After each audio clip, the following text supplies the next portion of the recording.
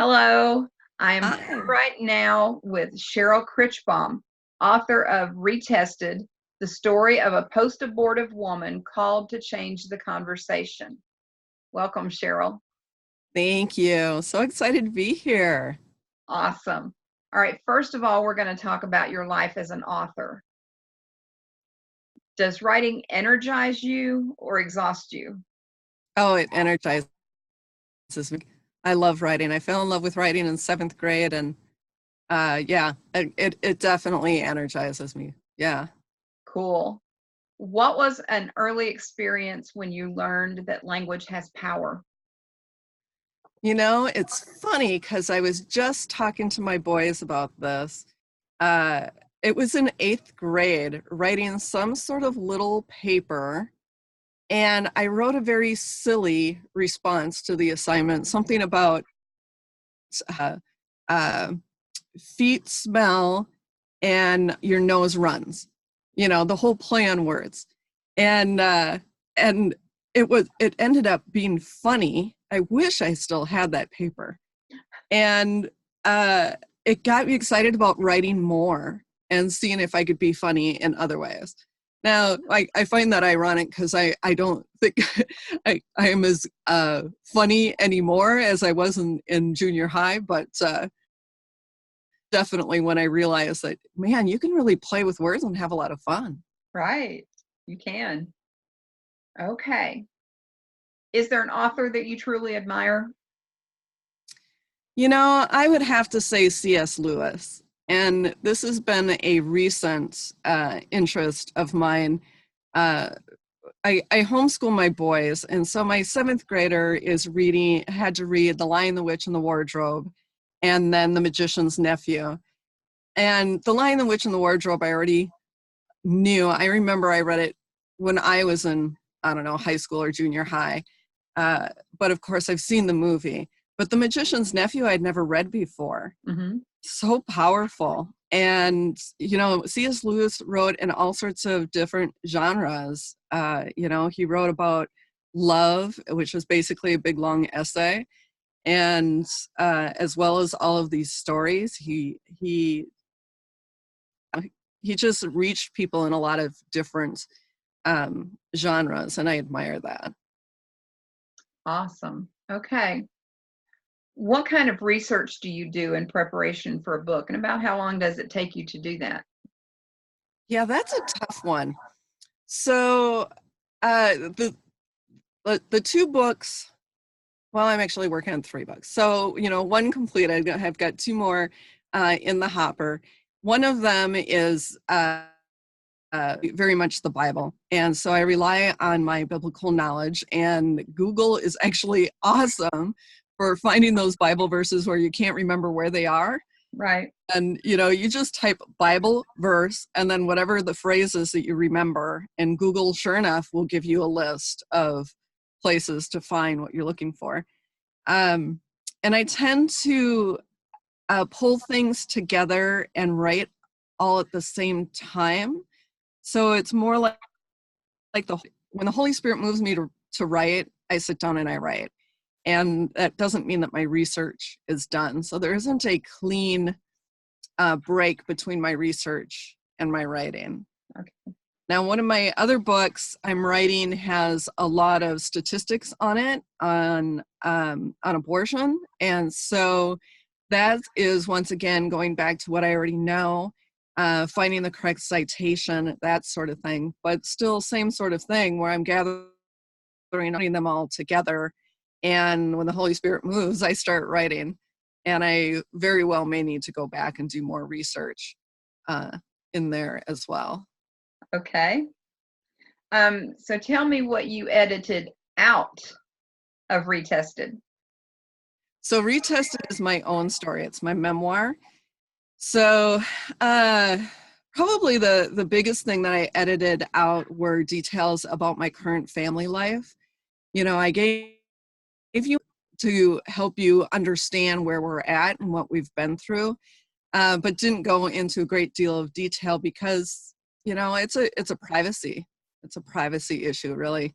And I tell you so much about my life and all my failures. It was just kind of like, I don't feel like I need to tell you everything that's going on with my husband and my kids, so I kept some privacy there.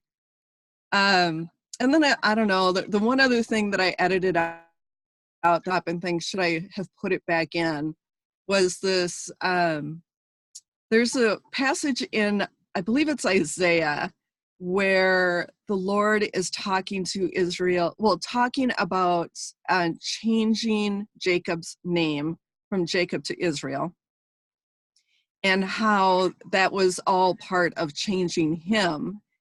And when I read that passage, it just really hit me, because I came to the time that I married Russ Krichbaum and changed my name from my maiden name to Krichbaum, which was a huge deal, because my first marriage, I didn't change my name. And I am a feminist, almost a feminazi. So, changing my last name was a huge deal for me. Right. But after I changed my name, I realized that it was all part of the Lord making a new me.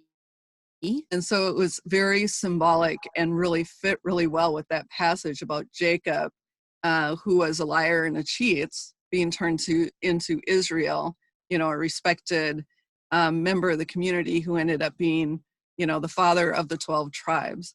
So that was one thing that I edited out, that I often stop and go, maybe I should have figured out a way to keep that in there. Maybe a supplemental thing. Yeah, or maybe it'll show up in another book. You never know. You never know. All right. Cheryl, what does literary success look like to you? Oh my goodness. Changed lives, that people would be different after reading my books. Yeah, that's really what it comes down to, that there would be just hordes and hordes of people that go,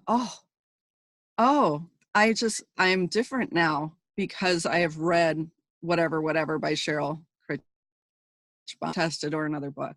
That's literary success for me. Great. Okay. We're going to switch around here now, and we're going to talk specifically about Retested. Okay. So tell me first, kind of the backstory, excuse me, the backstory behind Retested. All right.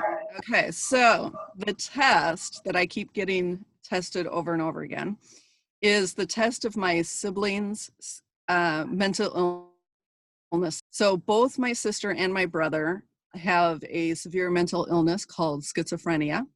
It was misunderstood.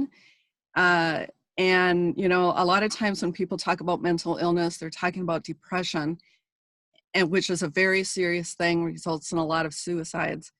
But schizophrenia is a very different thing, in that people are hearing voices that they think are real, and often, and in the case with my brother, about these voices and what they're going to do to the person. And so being able to have any sort of rational conversation with them is very difficult. So when I was in high school was when we first encountered this with my sister, and we had no idea what was going on, and we didn't actually get a correct diagnosis, until after I had graduated from high school. But the result for me, both my sister and brother, a good chunk older than I am. But the consequence for me with my sister is that I got displaced in the family and ignored, because everything was going well with me. I wasn't causing any trouble. I was doing everything I was supposed to be doing. And so my parents' attention completely turned to my sister and her baby, which is what they should have done. But the problem is that I felt, so I went looking for love someplace else. And as a result, I got pregnant and made the poor choice of having an abortion. And then you fast forward, 15 years, and we encounter this again, where now my brother is showing signs of schizophrenia. Much easier to figure out once you've been through it. And at about the same time I had come to Christ, I started sharing my testimony, and got a very cold shoulder reaction. Mm. And so went quiet for a long time. And then fast forward again, and the Lord starts calling me out to speak boldly about abortion, which I really did not want to do. And during that same time, my brother becomes homeless and disappears. And we start going through a number of tests of him reappearing and disappearing, hospitalizations, and so on and so forth. So the test is dealing with family circumstances. And of course, it's retested, so it keeps happening. It's still happening today. Got a phone call yesterday even. It's not something that has ended and no pretty bow tied at the end of the story. Mm. But I also realized in writing the story, and I didn't know this until to write it, that something would happen with my abortion story about the same time as something happened with my sister's or brother's schizophrenia. And so it's also a learning experience of how to respond to these tests in a way that I don't run off and do something that is life-altering to me, like have an abortion. Right. Wow. All right. So you've already said that my next question was that you've had your own abortion experience. And you also say you've already shared about that experience, right? Right. Okay. Well, then let's. So when I first shared my testimony, it was in front of a couple hundred people, half a dozen pastors, and I got a warm reception from exactly one person, one of the pastors. Not even the guy who performed our wedding ceremony, none of the people in my small group. And then maybe a year later, I told my testimony again, this time in front of 200 women in a church setting. And there was one other major speaker. And we were lined up by the door at the end so that people could, talk to us on their way out. And they would talk to the other person and then walk right past me. Mm. And so what I learned was testimony was not one that should be shared. Everybody's testimony is okay. If you recover from alcoholism, yay. Right. If you had an abortion and you have repented and the Lord has changed you, okay, good for you, but we're not going to get all excited and happy about that. Mm. And this resulted in me going silent. And so when the Lord called me out to get serious about this, that was the first thing that I had to get over, telling my story no matter what people think. And so now I'm there and I'm doing that. And, I just go at it with the attitude of I've got the best Savior in the world. He loves me. He has empowered me to do this. He has sent me out to do this for a reason.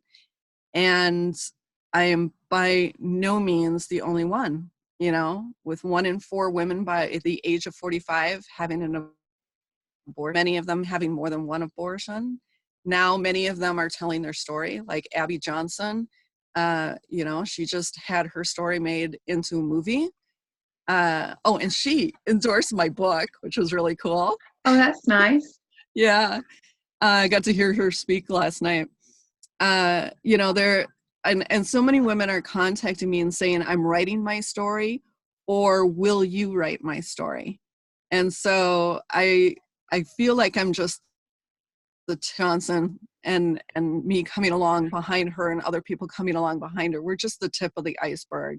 Yes. There are all sorts of women who have repented and want to tell their story because we don't want other women to go through what we went through. Wow. So tell me, from a spiritual perspective, what happens to women who abort? That is an awesome question that not enough people are asking. So thank you, Faye, just for asking that question. Sure. So the Lord healed me completely, and he told me to write this story, and I said to him, what happened to me? I mean, my abortion was quote unquote perfect. It wasn't at Planned Parenthood. I have no bitterness towards them because they weren't involved at all. Everything physically was perfect. And when you look at the studies of women who are depressed as a result of abortion, there's one study that talks about all the circumstances that you need so that you aren't depressed when you have an abortion. And that's my story. My circumstances fit that completely. And yet I can tell you that my joy was sucked out of me right along with my baby. Mm. And I was living life like the Walking Dead. And so I asked the Lord to me, I don't see any examples of abortion in the Bible, but there's got to be something in the Bible that shows me what happened. And he took me to King David, who had Bathsheba's husband Uriah killed to cover up their infidelity. And, David was a prolific writer, wrote most of the Psalms, I can't remember. But in two of the Psalms, answer Psalm 51 and Psalm 32. And I believe it's in Psalm 32 where he says that when he had unconfessed sins, his vitality was drained away. And I thought, yeah, that's exactly it. We don't even realize it. When something drains away, it's not like there's this big burst, right? And everything just pours out all of a sudden, and you can tell that what happened that resulted in that, loss of life. No, this was very subtle. This was like a pinhole of just my vitality draining away slowly and my not even realizing it.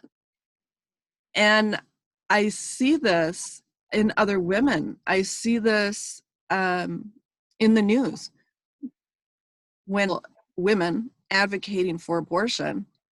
I'm looking at them going, you've had an abortion. I can tell in looking at their eyes, they're not alive. Mm. And, some of them I can see the pain in their eyes and they're advocating for it, but it's I think it's out of defense of what they did, because that certainly was the case for me. Before I encountered Christ, I and counter-protested against Christians who were praying at an abortion clinic. I volunteered for the Planned Parenthood Action Fund, which is all about raising money for Planned Parenthood. So I did these horrible things, but I did it because I was trying to defend what I did. And, even talking to people on Facebook, I've got a Facebook friend with me because I call myself a murderer. And I realized that the reason she's upset with me is because that makes her a murderer. Mm. And that's really hard. It's really hard stuff to come to grips with and deal with, which I totally get because I was there. Yeah, I mean, your vitality just drains away. Your morality drains away. Reading horrible, dark books is no big deal because you've got darkness over your life. And, to think any way other than a pessimistic way, or people are trying to control me, or men are just trying to keep their thumb on women and keep us oppressed. Those are all attitudes that come out of vitality being drained away. Wow. So you've talked a little bit about the resistance you've gotten when you share your message. Is there any, since you've written the book, are you facing any resistance? So, the resistance that I get is not in my face and overt. A lot of people who have a position where they can make a big difference, who are not interested in taking this on. You know, and honestly, they're in a position where they should be talking about this, but they aren't willing. Oh, It's still a scary thing to get out and deal with, and people think of this political issue, and in the United States, it is a political issue, but this is an issue worldwide. right. Our goal needs to not be just to change the laws. Yes, we need to change the laws. We actually look like fools in the world. You know, we are supposedly a Christian nation. We are looked at as a Christian nation, whether we think we are or not. Right. We were founded on Christian values. I even asked this question in Africa. I was on a mission trip in Uganda, and I was talking to a friend there. I said, "You tell me what you think of the United States, and then I'll tell you what I think." And he said, "Well, the Lord has prospered you because you're founded on Christian values."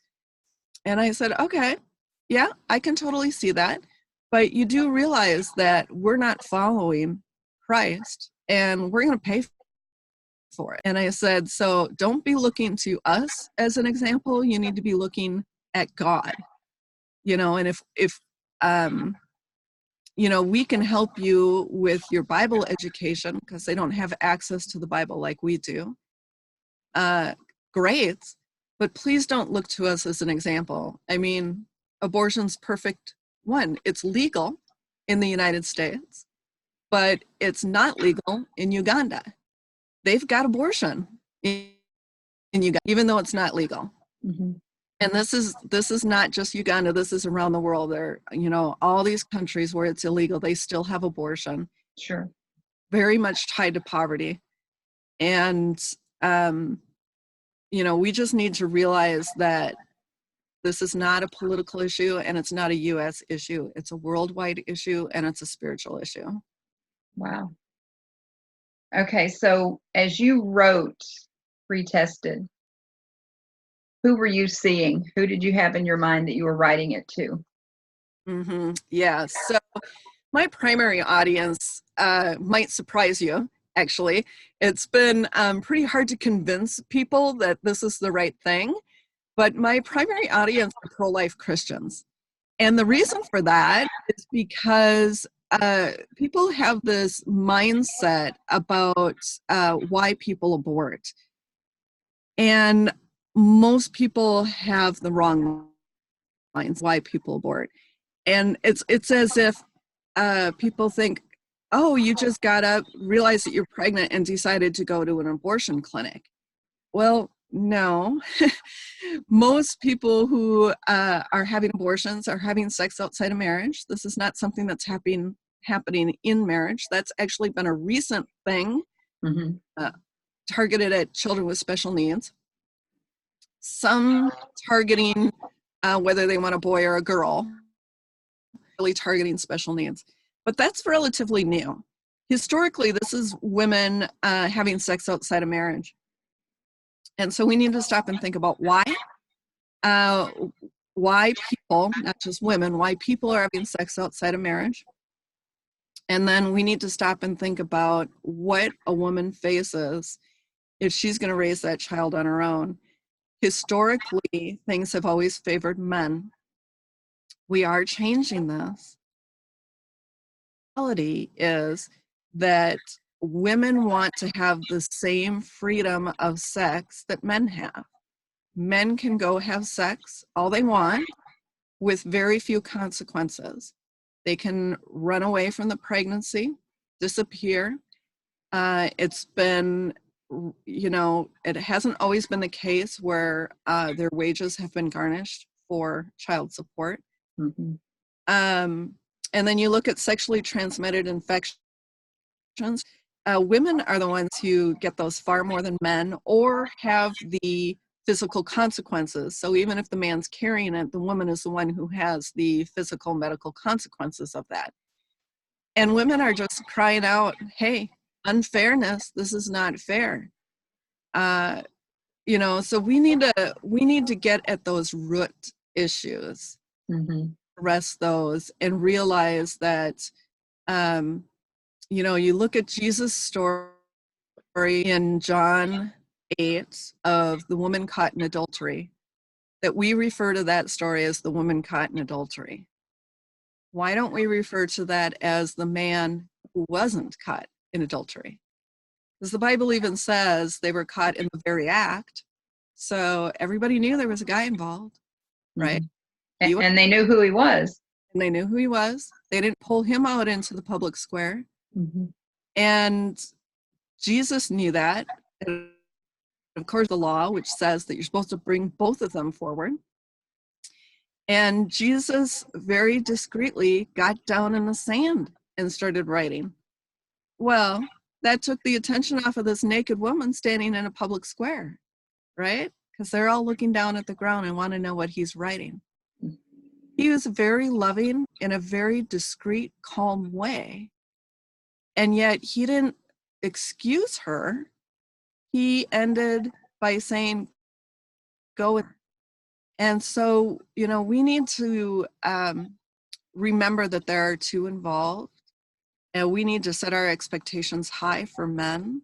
Yes. We need Christian men who are life right and well, and who are raising their children well and standing with their wife. The two have become one. We need them to be our influencers. We need them to be leaders over all these men, because no matter what the pro-choice movement says, men are the number one influence on a woman's choice. They are. If a man supports life, she's much more likely to choose life. And this is why pregnancy resource centers are starting to offer counseling for men, so that if a man walks in with a woman for counseling, they call a male volunteer, to meet with him, present the gospel, to encourage him, to tell and to help him with his perspective on things. And that has literally saved babies' lives. Wow. They've reached the men. So my first audience really are pro-life Christians, because I want them to be better informed about what leads us to the clinic. That's the whole purpose of the series of books. This is just the first. And then with that mindset, that they would be better able to reach people right where they are, not just in the voting booth, but actually talking to people at the water cooler, in the coffee shop, wherever they're at. Wow. You just amaze me. You really do. I just, so let me ask you then, what is your hope for what your book achieves in the lives of your readers? Well, yeah, two things. On the abortion issue, it would be a change in mindset about loving women and men through this process, and realizing that we are not just losing the baby, we're losing their parents and anybody else who is involved in that abortion. We've got parents of the couple who are pressuring for abortion. We certainly have sex trafficking and that horrible thing. We've got any number of abuses going on, coercion, men coercing women into having an abortion. So, a change in mindset and how we think about abortion, so that we can make a real difference. But on the retested part, and the reason this book is for all Christians, is because I feel like I figured out how to respond to life tests. And, I described, dealing with siblings with schizophrenia, and it's not just them, it's the whole hospital system. It's the whole mental health care system, and it's a mess. It's a mess. And I got really angry yesterday because I was just so upset about a phone call that I got asking for money when they have a far better idea where my brother is and how to get the money than I do. Yeah. It's like, the system is it's so messed up. And I definitely lapse in my ability to deal well, like yesterday. But for the most part, what I have realized is that when I worship God, I do it regularly, or if I know I'm going into a situation that's going to be difficult, worshiping Him, literally in song, worshiping Him, not waiting until Sunday morning, but right. That the Lord goes ahead of me in battle and takes care of things. And so I really hope and pray that people come out of my book knowing how to handle their own life tests, and knowing that your life test is very different than mine. I mean, how many people are you going to find who have two siblings with schizophrenia, right? Right. But we all have our life tests, and it's not like one is better or worse than another. But just to give you encouragement that you can get through every life test. And this book, I hope, shows you the difference between just surviving your circumstances versus striving to fix your circumstances versus thriving, even though the circumstance is on. And so I hope and pray that people walk out with tools for their own life. Wow. Lofty goals, but I think also highly attainable. So, I thank you so much, Cheryl, for being with me today and for sharing your passion and your knowledge. So much of what you've said here today, I had no clue about. Mm-hmm. I was one of those that was thinking, that most women have abortions because, it's a convenience issue. But you have opened my eyes. Oh, I'm glad to hear that. Thank you. Sure. And my prayer would be that our church siblings would become open to hear the message and to hear, there's like two big sins that the church does not want to hear anything about, and they consider them the unforgivable ones. And that's abortion and divorce. Yep. You get this, it's almost like having a scarlet letter. Yeah. And you're useless after that. Right. And that's not how God sees us. Exactly. God sees us as, when He says that we're forgiven, we're clean. Mm-hmm. All that stuff is gone. And the only unforgivable sin is neither one of those. It's right. The blaspheming of the Holy Spirit. Is the refusal to accept Him. And so, I would pray that the church would get over that way of thinking. Right. Well, even you stop and think about it. King David killed Uriah, covered it up, went on with life. Everybody knew what was going on. I mean, really, not a whole lot of people were fooled by that. Right. Yet he is considered, he's written about in the Bible as a man after God's own heart. I mean, from God's perspective, that's who David is. Mm-hmm. And then you look at the Apostle Paul. He was an accessory to murder. He was murdering Christians. And it wasn't until God totally turned his life around that he changed from being a zealot against Christians to being a zealot for Christ. Right? Right. And so, I pray that my brother is a Saul version.